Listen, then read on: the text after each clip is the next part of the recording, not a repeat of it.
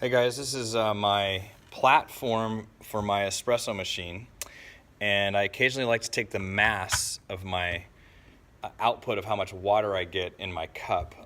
The problem is if I put this here and I push down, it causes that to happen, and so I'm looking for a solution for that. So what I have here that I think might work for you is I traced this drawing for you onto here to give you an idea.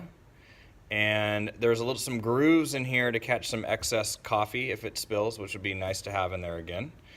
And then what we thought is if you just extended this out and then make a bar that sits underneath of here, so when I push down, it doesn't push this down, that would be awesome.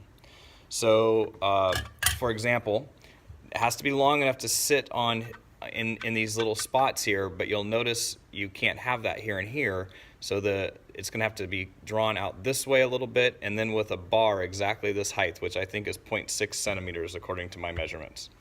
So it would probably end up looking like this with this extending section, and then a platform of such right down here to help out. Thanks, man. You guys have been awesome. I appreciate all your help. Thank you. Mr. Settle here.